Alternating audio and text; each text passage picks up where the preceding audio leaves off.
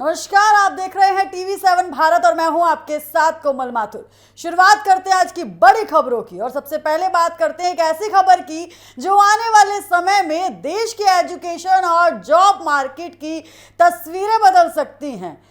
AI अब सिर्फ एक टेक्नोलॉजी नहीं बल्कि करियर का सबसे बड़ा फैक्टर बनता जा रहा है।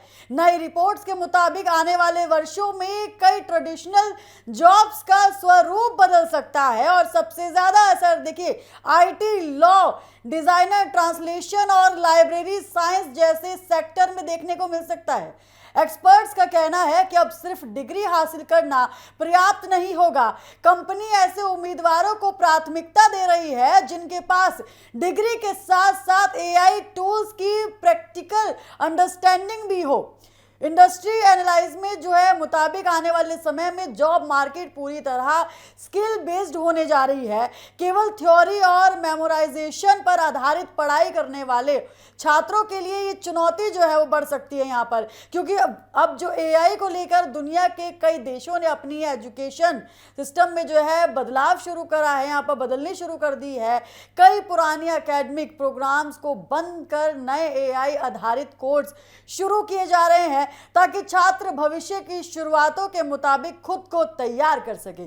किस तरीके से देख सकते हैं आजकल देश में हर एक इंसान, हर एक नागरिक, हर एक युवा एआई का किस तरीके से इस्तेमाल करता है। आए दिन देखिए एआई का इस्तेमाल जो है वो बढ़ता हुआ जा रहा है और इसमें ये दावा लगाया जा रहा है कि आने वाले समय में एआई जो है वो काफ़ी ज़्यादा लोगों के लिए मुश्किलें भी खड़ी कर सकता है, लोगों के लिए एक तरीके से चुनौतियां पैदा कर सकता है। देखिए एक्सपर्ट्स का मानना है कि आने वाले समय में इंटर्नशिप, लाइव प्रोजेक्ट और प्रैक्टिकल एक्सपीरियंस सबसे ज़्यादा महत्वपूर्ण होंगे।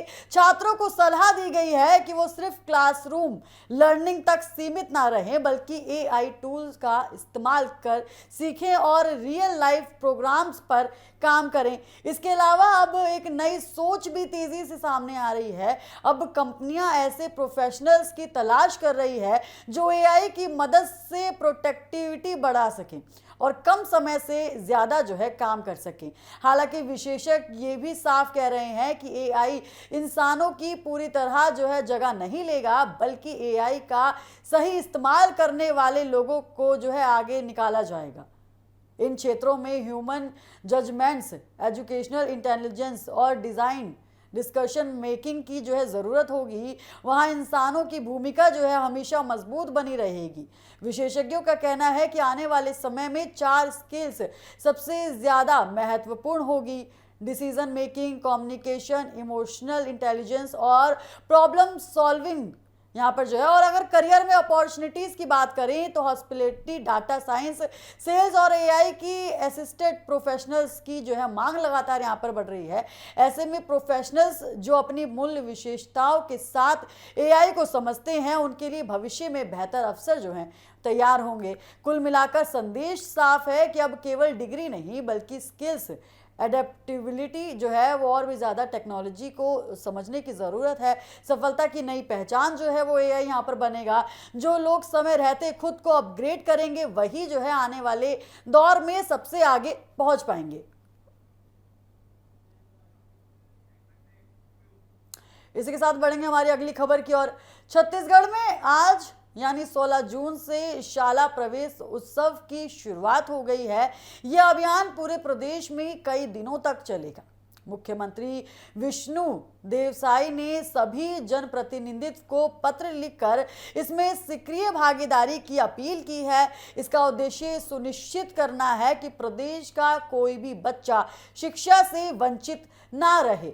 मुख्यमंत्री ने कहा है कि शिक्षा किसी भी समाज और राष्ट्र की प्रगति का सबसे मजबूत आधार है। इसीलिए सरकार चाहती है कि हर बच्चे का स्कूल में दाखिला होना और उसकी पढ़ाई नियमित रूप से जारी रहे।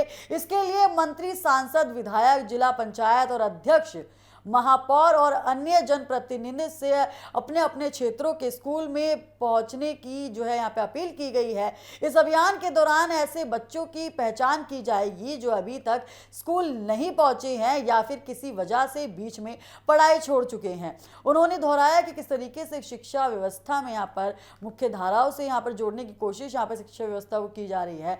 सरकार ने यहाँ पे राज्यों में छात्रों के लिए कई सुविधाओं का भी यहाँ पर ऐलान किया है। सरकारी स्कूलों में पढ़ने वाले बच्चों को फ्री किताबें, फ्री ड्रेस और माध्यम जो है भोजन उपलब्ध कराया जाएगा ताकि आर्थिक कारणों से किसी बच्चे की पढ़ाई प्रभावित ना हो। सरकार का कहना है कि नई शिक्षा नीति के अनुस्वरूप सरकार स्कूलों को आधुनिक और तकनीक से लैस स्थानों के रूप में जो है विकसित किया जा रहा है। इसके साथ ही छात्र केंद्रित शिक्षा व्यवस्था पर भी जोर दिया जा रहा है। यहाँ पर मुख्यमंत्री ने अपने पत्र में ये भी कहा है कि आने वाले समय में शिक्षा के नए मानक स्थापित किए जाएंगे। राज्य में पीएम श्री विद्यालयों के जरिए बेहतर शिक्षण वातावरण तैयार किया जा रहा है। नए गुणवत्तापूर्ण विद्यालयों की स्थापना की दिशा में भी यहाँ पर काम चलाया जा रहा है। सरकार को उम्मीद है कि जनप्रतिनिधित्व और आम लोगों की भागीदारी से यह अभियान एक जन आंदोलन का रूप लेगा और हर बच्चों तक शिक्षा का अधिकार जो है वो पहुंचाया जा सकेगा।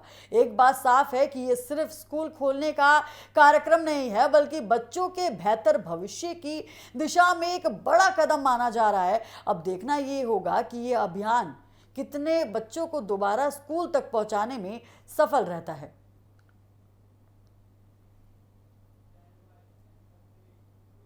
इसी के साथ बढ़ेंगे हमारी अगली खबर की ओर।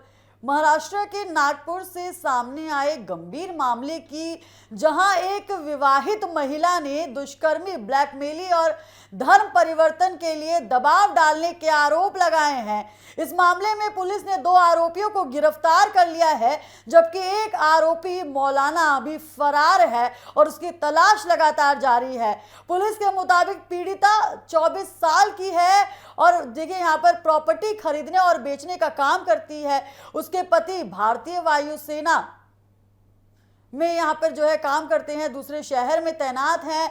महिला की शिकायत के अनुसार इस साल फरवरी में उसके पुराने सहपाठी के ने फ्लैट खरीदने के बहाने उसे संपर्क किया।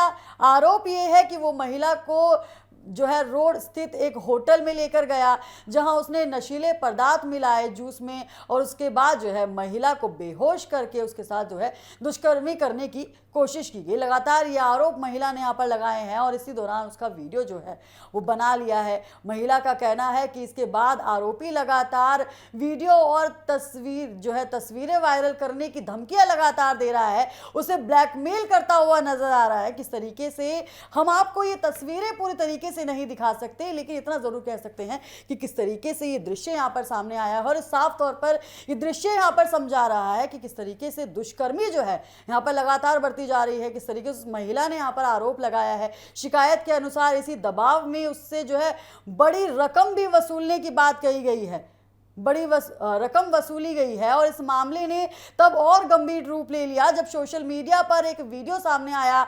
वायरल वीडियो में आरोपी महिला के साथ कुछ धार्मिक गतिविधियां करते हुए दिखाई दे रहा है। हालांकि वीडियो की जांच पुलिस लगातार कर रही है और इसकी पुष्टि जो है वो लगातार की जा रही है। महिला ने आरोप लगाया है कि उसे एक अन्य जगह ले जाया गया जहां 2 लोग से उसकी मुलाकात कराई गई, वहां उस पर धर्म परिवर्तन के लिए दबाव बनाया गया और उसे धार्मिक अनुष्ठान किए गए। महिला का जो कहना है कि यहाँ पे आरोपी ने दावा किया है कि उसका धर्म परिवर्तन करा दिया गया है।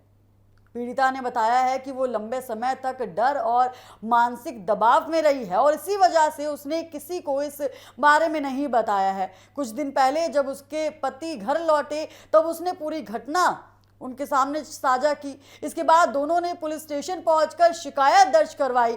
शिकायत मिलने के बाद पुलिस ने दुष्कर्मी, जबरन वसूली, धर्म परिवर्तन के प्रयास और अन्य संबंधित धाराओं के तहत मामला दर्ज कर लिया है और 2 आरोपियों को यहां पर गिरफ्तार कर लिया है जबकि एक आरोपी अभी फरार है। जहां से उन्होंने पुलिस हिरासत में भेज दिया गया है। फिलहाल पुलिस फरार आरोपी की तलाश में जुटी हुई है और मामले से जुड़े सभी सबूतों की यहां पर तलाश की जा रही है, जांच की जा रही है। अधिकारियों का कहना है कि जांच पूरी तरह जो है अस्थायी रूप से की जा रही है, तथ्यों में की जा रही है, उपलब्ध संजों के आधार पर आगे बढ़ रही है। और इस मामले में एक महत्वपूर्ण बात यह भी है कि सोशल मीडिया पर वायरल हो रहे वीडियो को लेकर लोगों से सावधानी बरतने की अपील की गई है। किसी भी अपुष्टि जानकारी को साझा करने से बचने और आधिकारिक जानकारी पर ही भरोसा करने की सलाह लगातार यहां पर दी जा रही है। और फिलहाल इस पूरे मामले पर सभी की नजर बनी हुई है और जांच के बाद ही कोई सवाल के जवाब यहां पर जो है सामने आएंगे।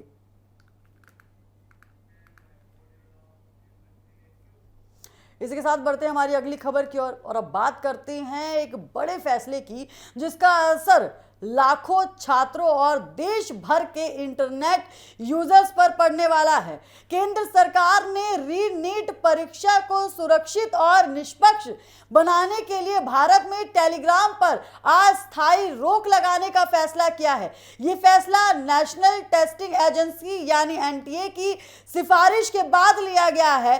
सरकार के मुताबिक यहाँ पर election and informational technology ministry ने इंफॉर्मेशन टेक्नोलॉजी एक्ट की धारा 69A के तहत आदेश जारी किया है। इसके तहत भारत में टेलीग्राम की पहुंच सीमित समय के लिए रोकी गई है। ये रोक 22 जून तक लागू रहेगी ताकि परीक्षा और उसके तुरंत बाद की अवधि में किसी तरह की गड़बड़ी पर रोक लगाई जा सके। इतना ही नहीं, सरकार ने टेलीग्राम को भारत में पहले से पोस्ट किए गए संदेश मैसेजिंग एडिटिंग फीचर को भी अस्थायी रूप से बंद करने का निर्देश दिया है। यह प्रतिबंध 30 जून तक लागू रहेगा। एनटीए का कहना है कि कुछ लोग इसी फीचर का गलत इस्तेमाल कर रहे थे। पहले सामान्य संदेश पोस्ट करे जाते थे और बाद में उन्हें बदलकर ऐसा दिखाया जाता था कि परीक्षा का पेपर पहले से ही जो है लीक हो गया था। इससे छात्रों में डर और भ्रम जो है फैलता था। जानकारी के मुताबिक पहले कई महीनों से कई एजेंसियां इस मामले पर नजर बनाए हुए हैं। जांच में ऐसे टेलीग्राम चैनल, ग्रुप और वेबसाइट सामने आई हैं जो कथित तौर पर परीक्षा के पेपर और आंसर की बेचने का दावा कर रहे थे। हालांकि सरकार ने साफ किया है कि टेलीग्राम पर स्थायी प्रतिबंध नहीं है, ये केवल री-नीट परीक्षा को सुरक्षित तरीके से कराने के लिए एक अस्थायी कदम है। और बता दें कि री-नीट परीक्षा 21 जून को आयोजित की जाएगी। एनटीए ने छात्रों से अपील की है कि वो किसी भी तरह की अफवाहों पर, फर्जी पेपर लीक या सोशल मीडिया पर जो फैलाए जा रहे दावों पर भरोसा ना करें। आधिकारिक जानकारी केवल एनटीए की वेबसाइट से ही प्राप्त होगी। विशेषज्ञों का कहना है कि डिजिटल प्लेटफॉर्म का गलत इस्तेमाल रोकना आज की सबसे बड़ी चुनौती में से एक है। ऐसे में सरकार और परीक्षा एजेंसियां तकनीकी स्तर पर सख्त कदम उठाती नजर आ रही हैं। फिलहाल करोड़ों छात्रों की नजर अब री-नीट परीक्षा पर टिकी हुई है। सबसे बड़ी चुनौती यही होगी कि परीक्षा पूरी तरह पारदर्शी हो और निष्पक्ष तरीके से करवाई जाए।